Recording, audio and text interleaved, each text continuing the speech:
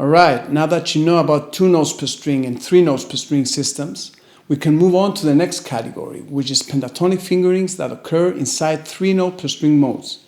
But before we delve into those, we need to answer a very important question that will help us understand them better. Where do we use pentatonic scales? Whenever you have to choose a scale, a mode, an arpeggio, or any melodic structure over a certain harmonic context, you need to make a decision. Do I treat every chord change as a separate harmony, or do I choose a key center and consider the whole series of chords as a single harmony? Both choices can sound excellent if used tastefully and in a way that fits the style. A bebop jazz player, for example, would be using more of the first choice, harmonic drilling, to outline the sound of every chord, something essential in the musical language of that style. A blues rock player, on the other hand, would more often choose simplification to create melodies that are more loose and cool. But still, there are times that both these choices would be useful in all styles. So let's not be lazy and let's look at both. In its simplest form, harmonic drilling would mean that for every minor chord you use the corresponding minor pentatonic, and for every major chord you use the corresponding major pentatonic.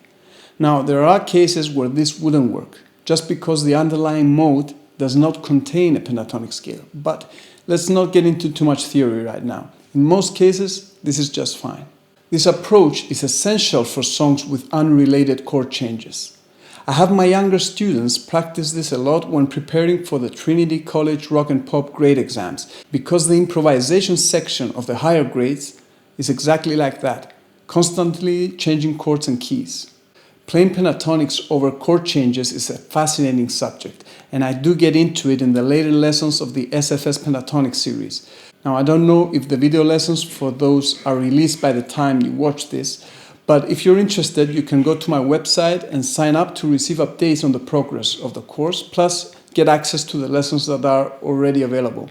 Now, here's an example of this approach, harmonic drilling, using a key cycle backing track from the effectivemusicpractice.com backing track library.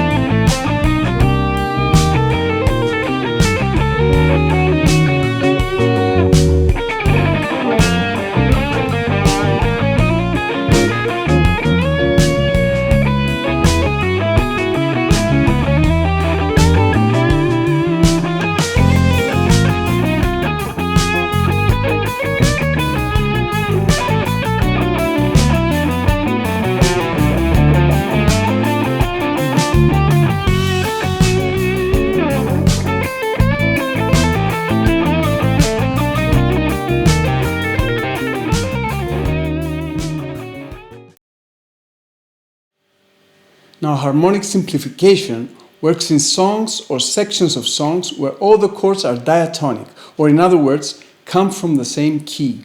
What you do then is to choose the main chord, usually the tonic, and play just the melodic structures that fit that one.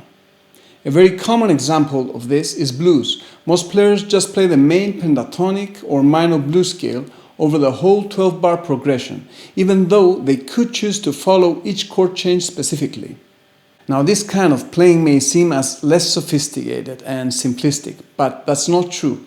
Granted, switching scales would be harder and it does require a lot more practice, but it doesn't always sound better.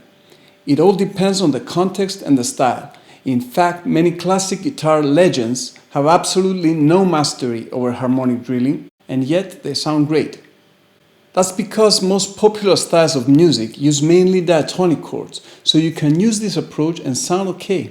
In reality, as you practice this modal one-scale approach, your ears end up taking control and you end up manipulating the melodies to fit the changing chords, either consciously or subconsciously. Here's an example of harmonic simplification using an A Aeolian backing track from the effectivemusicpractice.com backing track library. Now this backing track does use a few chord changes, but the main chord is obviously A minor. Based on the chord progression, I could switch to F major and G major for 2 beats each whenever those chords appear, but I will choose to play just the A minor pentatonic and A minor blues scale over the whole thing.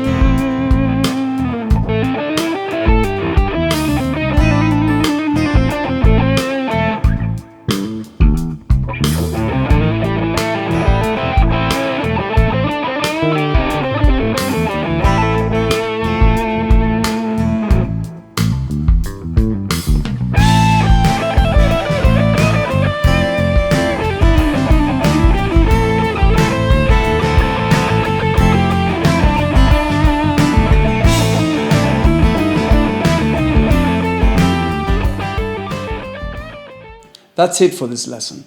In the next one, we're going to talk about which modes you can use pentatonics over. If you enjoyed this, please support me by subscribing and liking this video. Also leave comments below and I'll do my best to answer any questions. Thanks for watching, and remember, enjoy your practice and be effective.